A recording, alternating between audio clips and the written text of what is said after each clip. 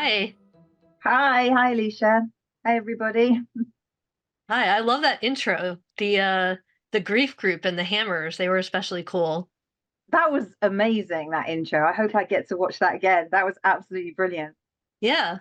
Well, thank you to everybody who's joining us. We're here for the Midday Mystery event with Barnes& Noble because, as you guys probably already know, Joanna's book, You'd Look Better as a Ghost, was selected as the April monthly mystery thriller pick from Barnes& Noble.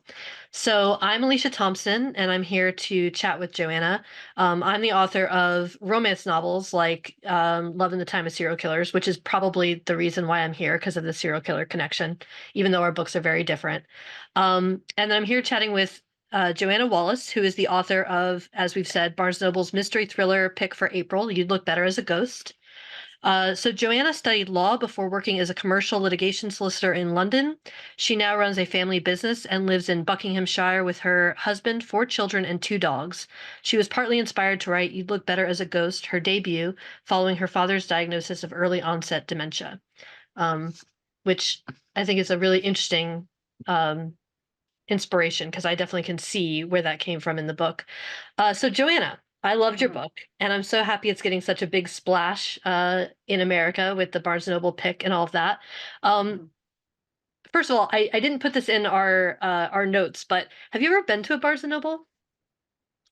Funnily enough, I hadn't, but I went to New York in February for it was my 50th, and I went there with my family, and we went into Barnes and Noble in New York and had a really good walk around it and everything, and thought, oh, my book's going to be in here, but not yet. So I Yeah, saw it's it before yeah, I've been just blown away with some of the displays in some of the stores. They look absolutely beautiful. I think the green of the book is amazing, and some of the creative displays that the stores have been doing have been amazing. And they've been tagging me in photos, and friends and family that I have in the US have been sending me photos because I'd love to be able to see it myself, but photos are brilliant, and it's yeah, it's amazing. I'm so thrilled to be Barnes and Noble's pick. It's kind of beyond dream come true territory, really. Yeah, it's awesome. And I was just thinking about it because I realized since you're in England, I was like, oh, obviously she can't just run to Barnes Noble and check it out. But you're right, they do so many creative displays with Mhm. like, themes, and I've seen ones with the little hammer around and stuff. It's so cute. Um, Yes. I mean, not that your book is that cute when it comes down to it, but the displays are cute. Yes. So I was just wondering, can you tell us more about You Look Better as a Ghost, what the book is about, and then what it's really about? So by that, I just mean like, tell us about the plot, tell us about the premise, and then Mhm. what kind of themes are you exploring in this book? Yeah, sure. So You'd Look Better as a Ghost. It's a dark comedy thriller about a part-time serial killer called Claire, who I guess is here on the front of the book there. Um, and Claire sees her victims as ghosts before they die. But what's really interesting about Claire is her interaction with other people. So she really, really loves her father. She kind of dislikes everybody else, particularly all the really irritating people in life that she keeps encountering, like, bad hairdressers and line jumpers and, all the other people she feels compelled to kill. The reader will meet Claire at the beginning of the book at her father's funeral, where her uncharacteristic grief leads her into making an uncharacteristic mistake. So the day after the funeral, she meets somebody, she kills them, but she doesn't properly plan this kill. And because she's distracted by grief, and somebody witnesses it, and threatening to kind of expose all her murderous secrets. And really, that's where the fun starts because, it's never a good idea to blackmail a serial killer, even a part-time one. So that's the kind of the plot of it. What it's really about is it's an entertaining book. Yes, it's about a serial killer. Um, it's very humorous, but there are a couple of quite serious themes that run through it, particularly the treatment of elderly people with dementia and also emotional neglect of children. So there are a couple of serious themes that run through it, but overall, it's kind of it's an entertaining kind of humorous book. Yeah, you mentioned Claire and how she kind of hates everybody in a way that I found very entertaining. For example, I wrote down this one quote that she had like in her head, and this is just one example. There's so many of these great quotes throughout the book, but she's in her grief group and she's just kind of looking around at everybody and listening to everybody talk. And of course, everybody is, crying and they're being very vulnerable because they're sharing their grief. And she thinks to herself, if I wanted to surround myself with needy, self-pitying morons wittering on about their feelings, I'd join Facebook.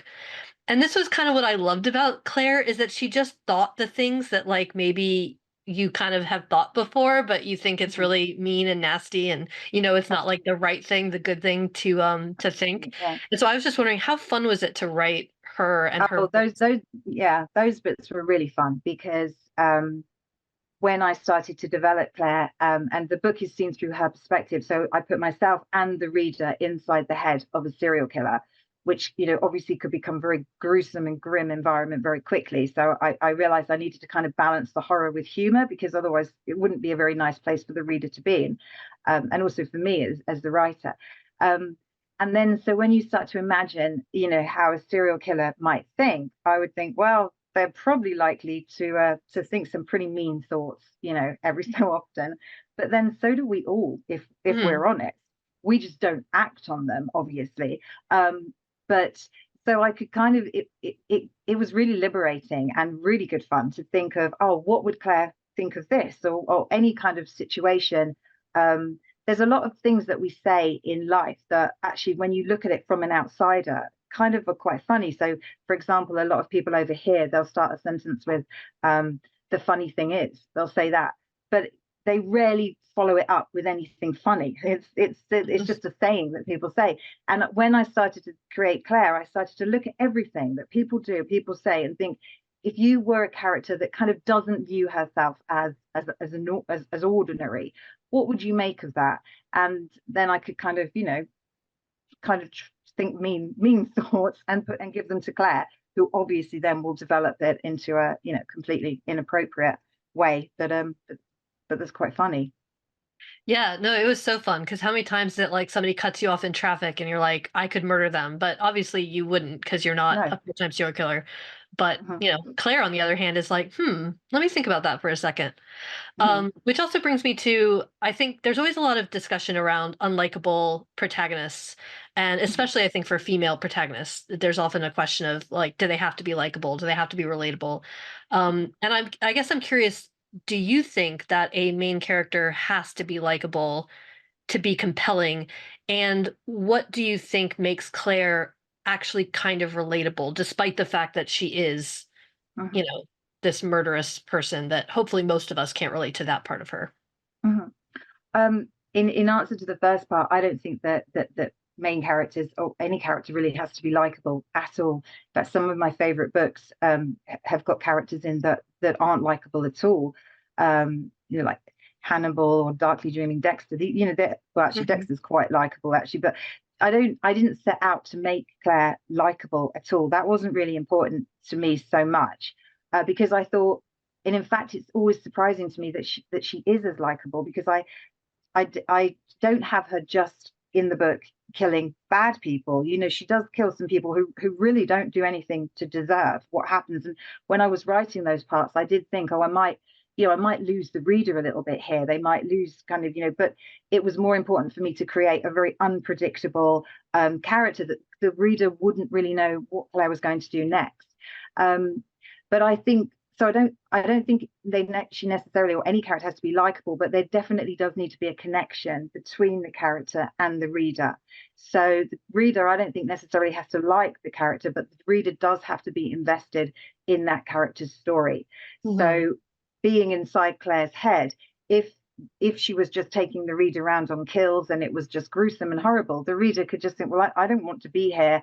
I hope that this hammer wielding maniac gets caught, but I don't really care. I just don't want to be here. The reader could close the book and stop reading, and that's the last thing I want to happen.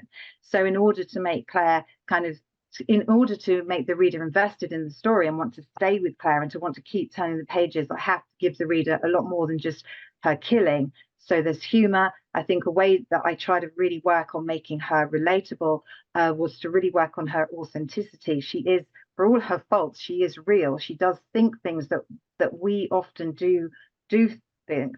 Mhm. And I also added flashback scenes to kind of flesh out her childhood. So it kind of gives the reader a little bit of an understanding about why Claire is the way that she is. So whilst the reader certainly wouldn't want to go for a drink with Claire, certainly wouldn't want to get on the wrong side of her, they are interested in what she's going to do next, because she's unpredictable, but also because of those reasons. She's authentic, she's funny. I do think we are more forgiving of people that make us laugh. I don't think we should ever forgive them, committing crimes or anything, but I do think it's just humor is quite a way to build a connection. I think that's how I tried to do it.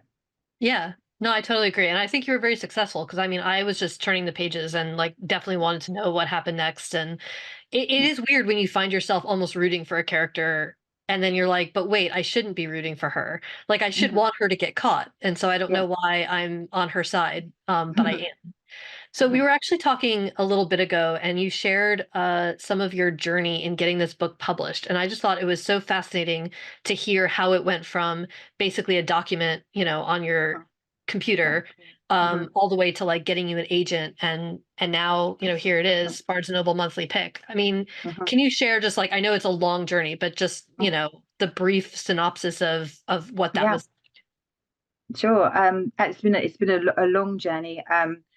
I finished writing this book in back in 2018, and I've never done a writing course. I didn't really know what I was doing. I sent it out to try to get an agent. It got rejected by everybody. So once I'd submitted it to everybody that I could in the Writers and Artists Yearbook, I saved it on my laptop, and just got on with the rest of life. And then it was in the first lockdown. One of my friends was furloughed, and so she had time off work, and she'd read a couple of my short stories that I'd written, and she just asked if I had anything else that she could read. And I said, "Oh, I've written this serial killer book, but it's not any good. It's been rejected by everybody." And she said, "Oh, just send it to me anyway." So I couldn't find it on my laptop for ages because it's had lots of different titles. I couldn't remember what I'd saved it as. So I had to kind of like just do searches to try to find, like, Claire Hammer, to find it, to find the document. I found it, I sent it to her. And because I found it, I reread it. And I hadn't read it for 2 years. And that space of 2 years, when I read it, I could immediately see what was wrong with it. There was a disconnect between Claire and the reader. And I could just see that was the problem. So I really then started working on editing. I put in the flashback scenes then, so they went in 2 years after the first draft. I really worked on Claire's humor. I just really worked on building that connection. Um, and then it was after that I then submitted it again, and then I got my agent, and then my publishing deals. So it was really those 2 years. I think the one thing that I've learned is that I should have, when you've done a first draft and you've completed your first draft, you think, yes, I've written a book, it's amazing, brilliant. But really, you're probably about halfway through at that point. You've then got to get preferably other people to read it, get as much feedback as possible, and get other fresh eyes to read it, and then really start editing, really start working on it, and then it's ready to submit. So yeah, that was the process. Yeah, well, thank God for your friend, right? That she needed something to read and got you to dig it back out. Yes, yeah. Which one thing I always wonder about like different iterations of a book and like all the different, changes it went through. And one thing I'm kind of curious about in your book, there's a very slight speculative element to it, which I mean it's in the title. The Mhm, idea that like she kind of sees people as their ghosts, like before she kills them, like right before. mhm. Um, and I was just curious what made you add that aspect to the book instead of having it just be a straight, serial killer without having any kind of ghost speculative Mhm. element to it. Well, again, that came later. That came in like the second draft, the 2 years later, when I added a flashback. And there was in a flashback where um, Claire is a child.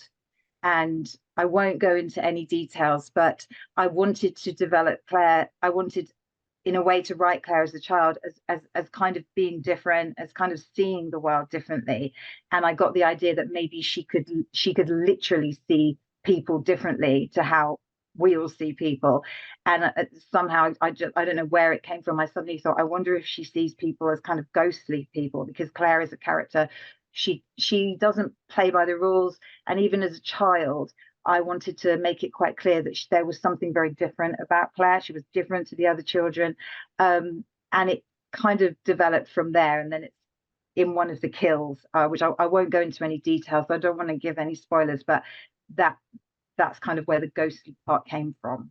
But so again, it was something that came afterwards, which I guess as well is the real power of editing. It springs up. The more you think about it, the more you read your first draft, the more you can, it kind of springboards into other ideas, which you can then develop your plot even more.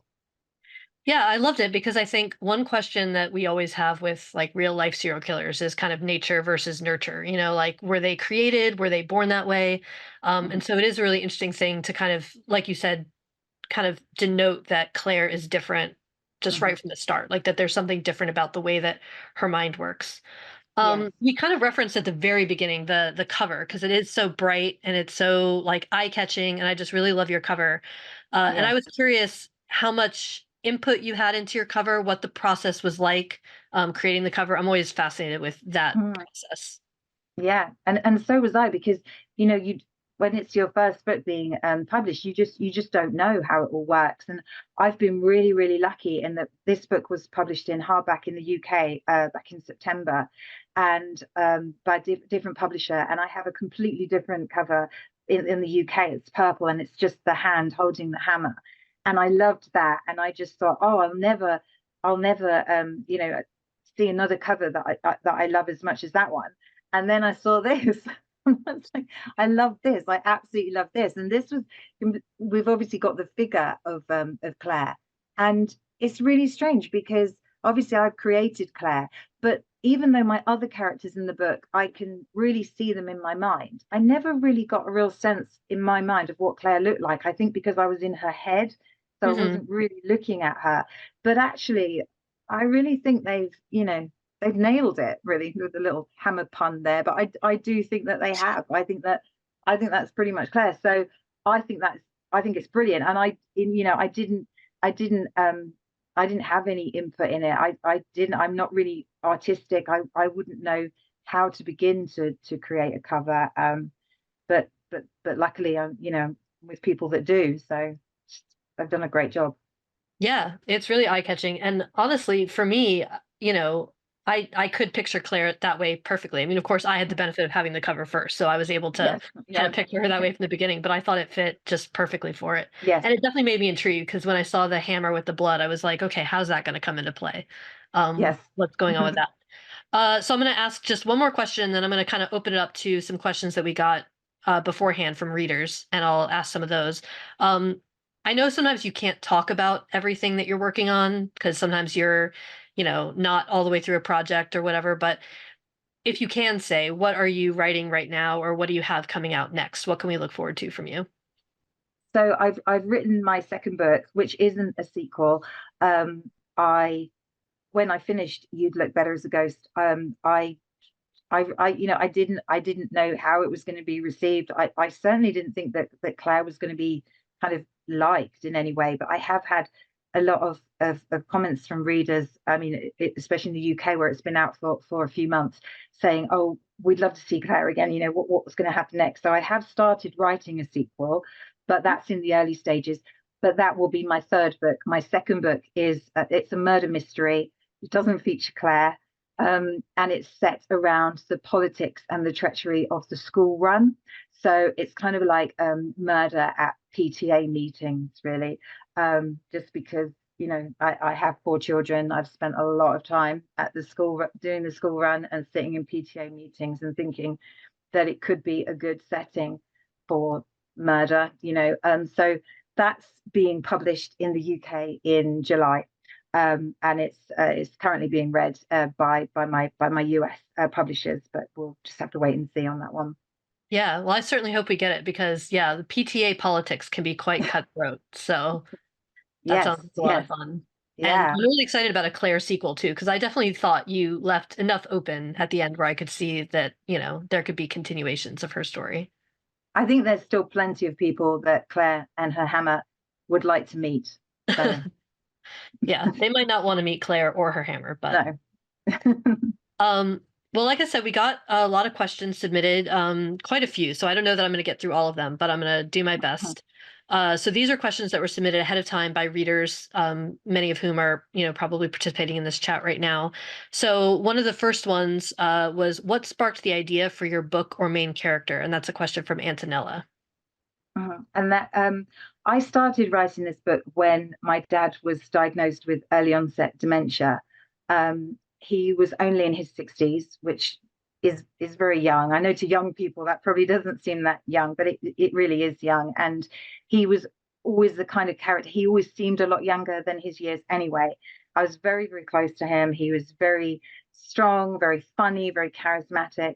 And then he got early onset dementia, and the type of dementia that he got, it killed him very quickly. So he went from like no symptoms to death in 18 months, which is very, very fast.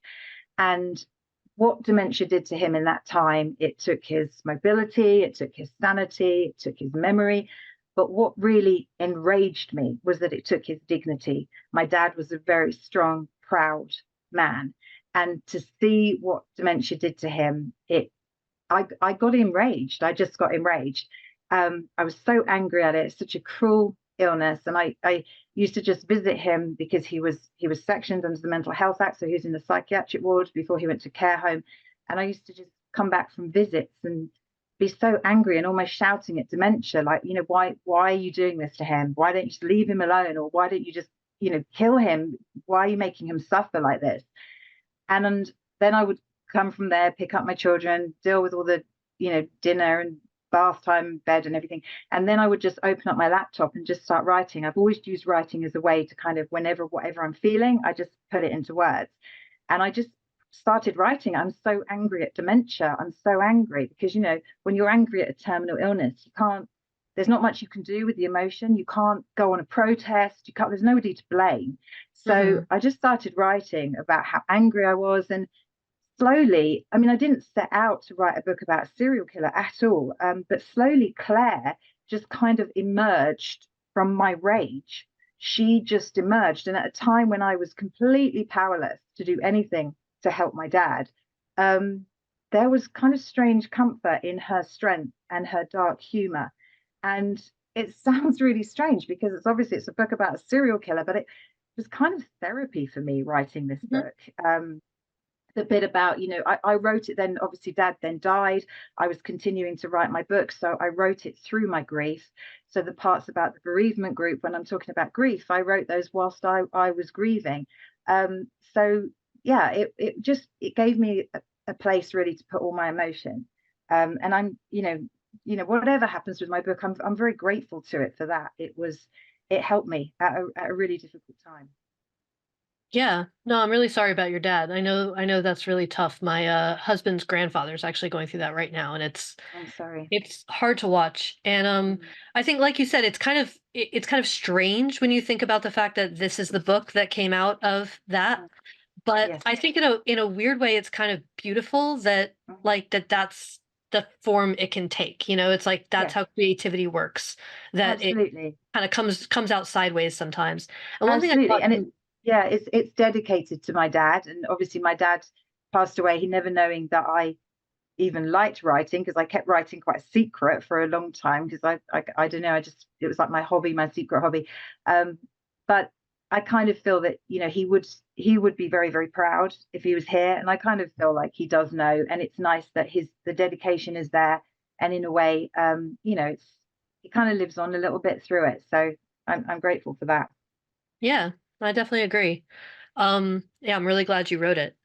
Thank Uh, you. Another kind of similar question about your inspiration is, how do you choose the setting for your stories? Is it based on personal experience? And that's a question from Susan. Yes, I mean, and certainly the settings in this book was very much because of the situation while I was writing it. So dad was in a care. There's parts that set in a care home. That was because I was visiting dad in the care home. the bereavement group. I've never been to a bereavement group, but I have been to a mindfulness group before that was set in a church hall in a, like, and so I kind of based that around that setting. So this book was very much the settings and stuff about what I was going through at the time and what I was experiencing. So yeah, really from real life. Mm. Yeah, one thing I wanted to say about the grief group just really fast that I really noted is I feel like when you're grieving and when you're trying to have it as a collective experience with other people, it's so hard because sometimes the really cheesy kind of, things that people say, sometimes Mhm. they're very helpful to people and they're like genuinely deeply meaningful to you to Yeah, hear that. That's what you need to hear. And then other times they're kind of enraging and you're just yeah, like, you don't get it at all. And no, yeah. like I said, it's so interesting because the book it is funny and it is Mhm. obviously about a serial killer, and so it's quite dark and yet there were very real moments like that with the grief group that I just felt really resonated. So I really liked the way that you portrayed that. Thank I you. thought this was a really interesting question. This one actually made me think about it for quite some time when I read it. So it's from Robert, and he asks, "How strong must a character's motive be to convince us?" So I thought was an Mm, that's a interesting really way to good think about question. it. Um, I suppose it kind of depends on the character. Claire, for example, a character like Claire, who is a serial killer, and is just doing what she does for no real reason because she doesn't view herself the same as ordinary people as she views them. Um, I I don't I think Claire's just going to do what she's going to do anyway. So I think her reason for doing it doesn't come into it so much. I think some of the other characters, their motive for the way they are is more important, and I think it's really important to keep that motive consistent throughout the book. So there's other characters that are at the grief, just going to the grief group. Why are they going there? I think it's really important for a reader to kind of get an understanding of why a character is doing what they're doing and then to continue that through the book so you don't suddenly jolt a reader out where they suddenly think, hang on, why is this character now behaving like this? Claire, Mhm. I think, is not so important because Claire behaves in completely unpredictable ways that aren't governed by our kind of ideas of justice and what's right or wrong anyway. So she's kind of a law unto herself, but other characters, I think it's maybe more important for them. Yeah, it's so interesting that you say that because I thought your side characters were particularly well drawn, and I felt like I really knew them. And I always think of it's like an acting piece of advice that they give, but they tell you when you're an actor that even if you have a side part and you're like coming in through the door and your only job is to say, hello to the main character or whatever, you have to kind of think about why you're in that room. Like, why did you come through the door? Why are you Mhm. saying hello? And so you have to know that, even if, it's not part of the script or whatever. And I felt like your side characters, they had that, where it's like there's a motivation of why they're playing the role that they are in the story. So I thought that they were really good, which actually brings us to it's a good segue to Rachel's question, which is who is your favorite character that you have created in your book and why? Mhm. I really like there's a character called the Welshman. We don't actually ever find out his name. He's just the Welshman because he's Welsh and he's it never really comes up what his name is, but I really liked him. I could really see him in my mind. When I was creating my characters, I literally in my mind I could just see the church halls for the bereavement group and I just waited to see who would show up and he literally burst through the door first of all. And sometimes there's other characters that my mind will throw up, but they don't really work. They don't really stick around. But he was there first, and he was kind of, it sounds really strange, but he was kind of in my mind, kind of helping me decide who else was going to come in and be in that group. And every time I got to a chapter where I was writing a chapter with the Welshman, I thought, oh, brilliant, because he's very direct, and he has a real story as well. He's there, he's lost his wife, he's very strong, but he's devastated and he's kind of stuck in the angry part of grief. And he was a brilliant character to kind of write off with other characters in dialogue. I could really insert a lot of humor when I knew that he was going to be talking, the way that he would react with some of the other characters in the grief group, which obviously was not a very comfortable environment for him to be in. So I really really liked him. Yeah, I enjoyed him a lot. Yeah, I loved the Welshman and actually the Welshman. And I guess So because I'm a romance writer, one of my Mhm. toxic traits is that I'm kind of always looking to ship people, like even when it's not appropriate. So I was a little bit shipping him and Claire, I have to admit. I was a little bit like, I don't know, I could see it. That's just me. That's I'm always looking for that. So Aurelia asks, which part is more difficult to write, the comedy or the thriller? Oh, that's a good question. I mean, I like writing comedy, um, because when you're sitting in front of your laptop for hours writing, it's I just like trying to make myself laugh. Um, Sometimes I can get the germ of something funny, but then you've got to make it land, and so that can involve loads of rewriting and going back, and in the end, it's not funny at all anymore because you've thought about it for so long. But I like that. The thriller part, I think it kind of depends on who Claire is killing. If she's killing a character I don't like, I can enjoy writing it very much. If she's writing quite, not, if she's killing quite a nice character, it was a bit harder to kind of write that bit. But you know, it's all important for the plot, so just has to be written. But yeah, probably I enjoy writing comedy more. Hmm. Yeah, I could see that. I could see, making yourself laugh, like cracking yourself up while you're writing it. Um, Lori asks, how do you pace yourself while writing a new novel, and what does your writing schedule typically look like? Oh, Uh-oh. I need to get a writing schedule. I think writing has always been my hobby. It's never been my job, and I still have my normal job, and writing is still kind of a hobby. It's a hobby that's getting a little bit out of control now, and but I do need to. I talk to other writers, and they have very strict schedules, and I think that's what I have to be more like. I have to be more disciplined. It's quite funny. Last summer, I went. There's a big thriller festival in the UK in Harrogate, and I went there. I travelled up on the train with Janice Hallett, who's very successful, best-selling author, Yeah, and we she got the has a train up quote on from. the front of the book. Yeah, she has, and she is not only a best-selling author, she's so lovely as well. And we travelled up on the train from King's Cross to Harrogate together, and with my UK publisher, and they gave me my hardback for You'd Look Better as a Ghost at King's Cross Station. I hadn't seen it before. So obviously I saw it. I was just, it's like someone handing you a baby almost. I was so ecstatic and excited. And then we got on the train and I was sitting next to Janice, and Janice is lovely. We had a little chat, and then she got her laptop out and she was doing all her edits and everything. And I spent the whole journey, which was quite a few hours, walking up and down the train, kind of with my book, going, look at my book, look at my book. To everybody that would listen. I even like got into like the first class carriage, and I didn't think anyone dared ask me to leave because I was just walking around with a book with a massive hammer on it. And yeah, and then when we got into Harrogate, Janice had done loads of her editing, and I had been walking around just showing everyone my book. I hadn't done anything, and I thought, yeah, that's why she's Janice Hallett and I'm not. And I need to become a little bit more like that. I need to become more disciplined. Well, to But be fair though, to be fair to you, I think mm, one thing that people don't always realize is that all of these different parts of the book process, they mm, sometimes they interfere with each other. So it's like if you get really good news, you're kind of useless for that day because you're yes, so excited.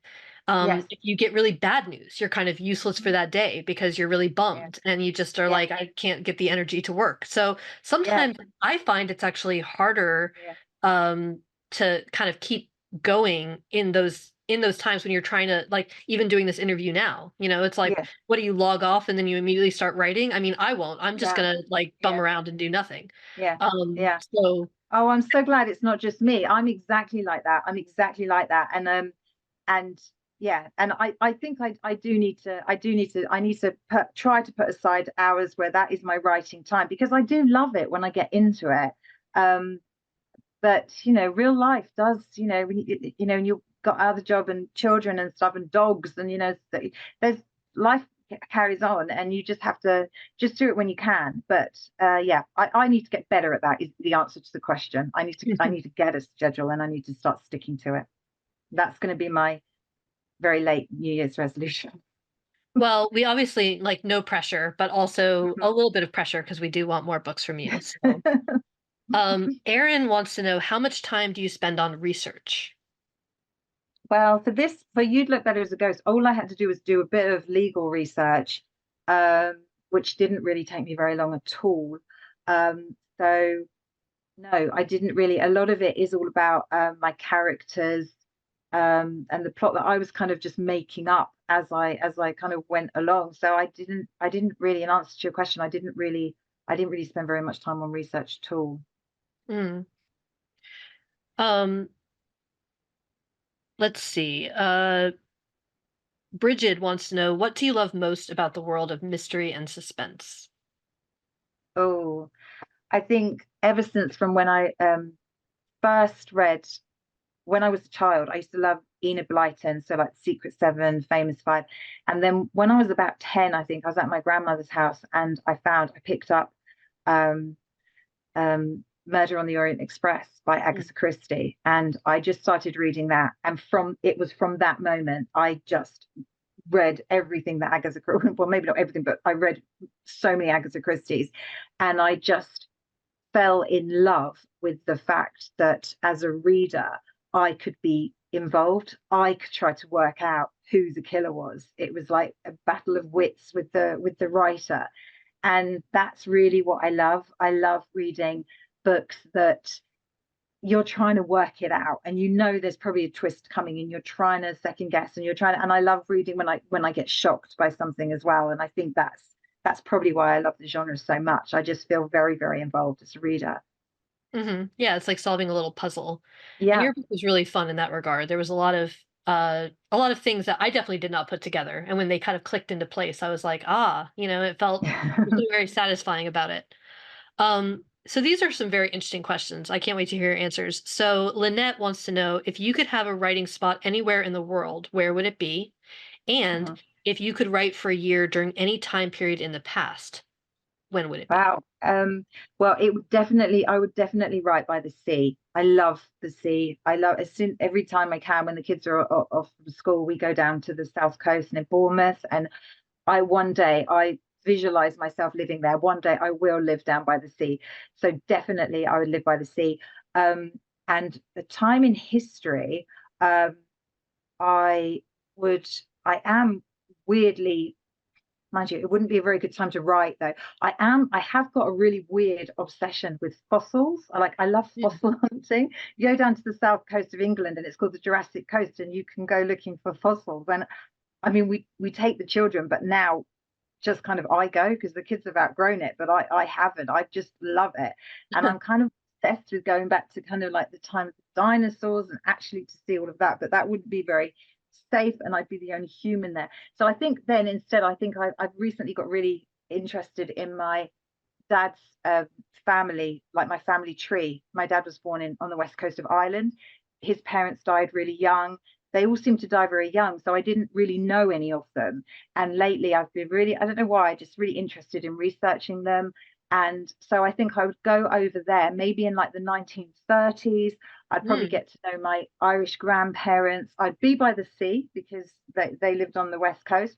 So yeah, I think I'd just go there and try, kind of find out.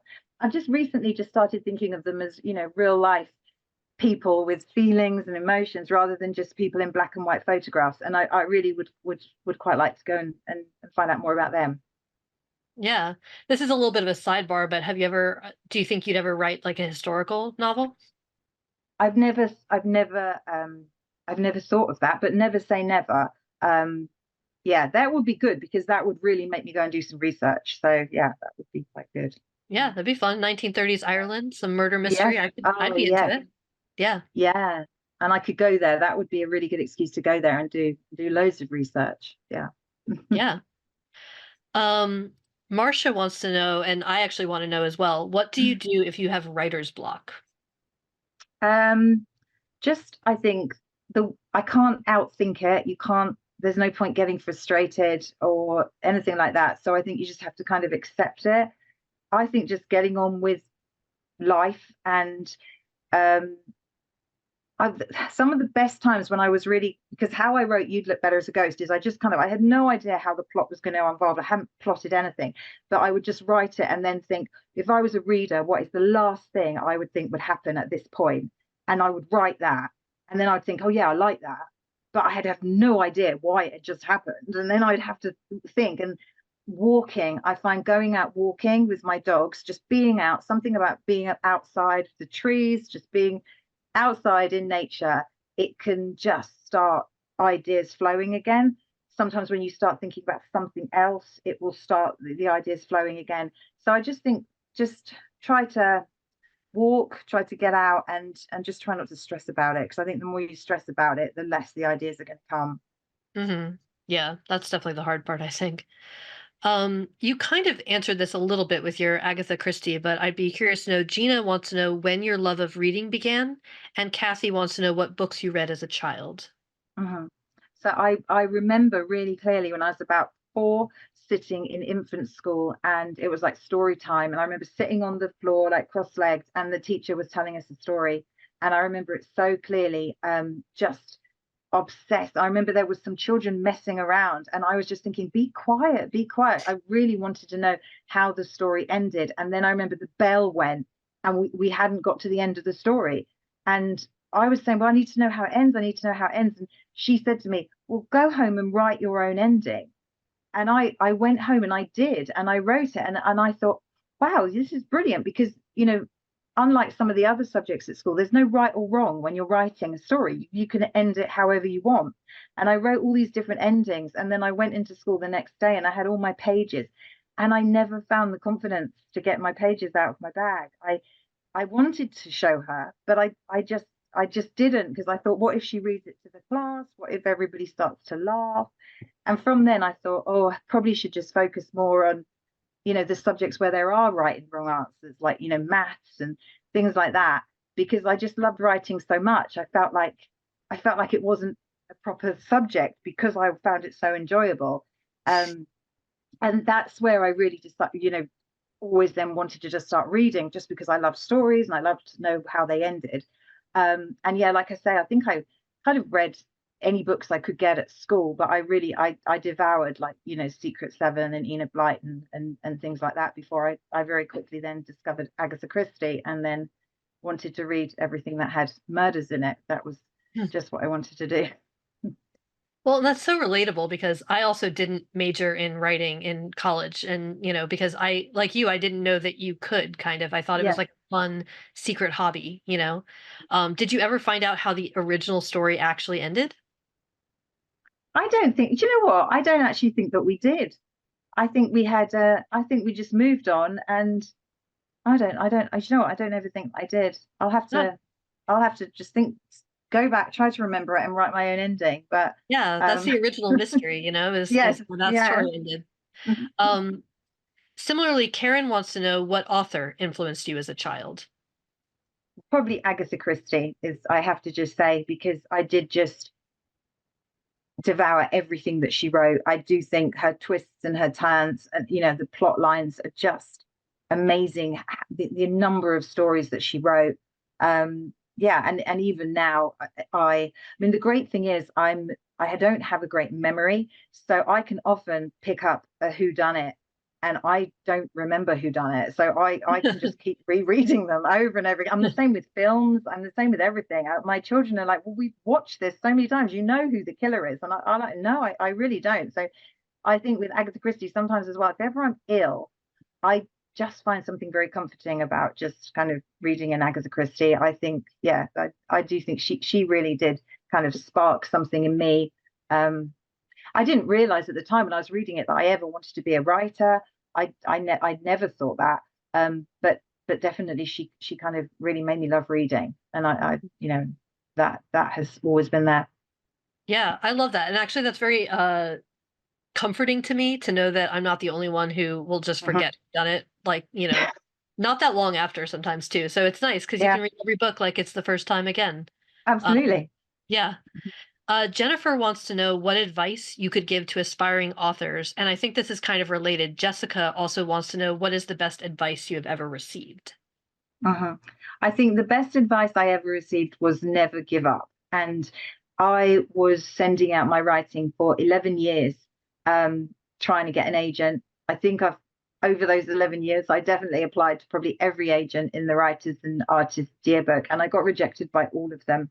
Um, so I think that's the first thing I would say is don't get despondent. when you get rejected. And now that I get to meet lots of other writers, pretty much everybody has the same story. Everybody gets rejected a lot. So you can't let that kind of stop you. And I think as well, what my advice would be, and which I wish I'd known, is definitely what I mentioned before. Don't send out first drafts. Even though you've worked so hard and you're so excited that you've finished and you're like, yes, I finished my book, maybe put it to one side for a little while, go back and look at it again, or ideally get other people to look at it, and not just people that are your friends and family that are going to say, wow, you've written a book, that's amazing. Preferably give it to people who are going to tell you the truth, and then be prepared not to get angry when you hear the truth, because sometimes the feedback is probably going to be brutal, but that is what you need. And that's not necessarily meaning that this book here, remember, it was rejected by every single agent when the first draft was sent out, and now it's published. So it doesn't necessarily mean that there isn't anything there, but you've done the hard work, you've produced a first draft, but you really need other people in order to get your book to the next kind of level. And that's would be my advice. Yeah, I think we And were that does, talking and that before. never changes. I mean, everything Yeah. you write, it's your editors or whoever, you're going to get brutal feedback, and that's just the way that it is. I think you get so close to a story you can't actually see, and you need someone else to come in and say that part isn't working, and then it's obvious that it isn't working, but you do get to a point where you just can't see it. You need that outside kind of opinion. Hmm. Yeah, you were saying when we were talking before that it really only takes one yes. And I think your Yes. book kind of shows that, in that you went through a very long process. Like you said, you got rejections on it, Hmm. but you're kind of just trying to get to that yes. But at the same time, you are trying to make a good first impression with Yes. the book. And every Yes. time you're sending it to somebody, you're making an impression with it. Hmm. And so you Hmm. want to make sure it's kind of your strongest foot forward. Absolutely, yeah. Yeah, definitely. It's definitely worth taking that time to do the editing. That's what I should have known. And I think if I had done a writing course or something like that, that's what I would have been told.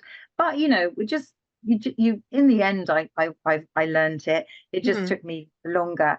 But so that's what I would definitely say to I think everybody's work will benefit from being read and getting feedback.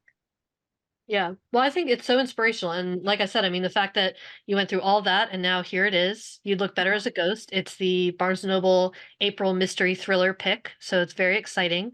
You can get the book at your local Barnes& and Noble. You can order it on barnesandnoble.com. So there's many ways to get this book.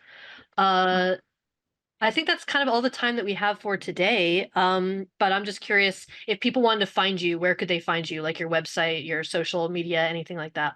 Yeah, I don't have a website, but I'm on Twitter, now X, and I'm on Instagram, and my handle is Jo Wallace Author, and you can find me there. Okay, great. Well, Thank you. thank you everybody for joining us. We really appreciate it. And again, this is the book You'd Look Better as a Ghost. It is by Joanna Wallace. It is the April mystery thriller pick from Barnes& and Noble, and it is fantastic. It's great. So Thank you. you Thank can find Jo and tell her how much you love it after you're done reading it. you. Thank you, Alicia. Thank you, everybody, for tuning in. I really appreciate it. Yeah, thank you guys so much. Bye. Bye.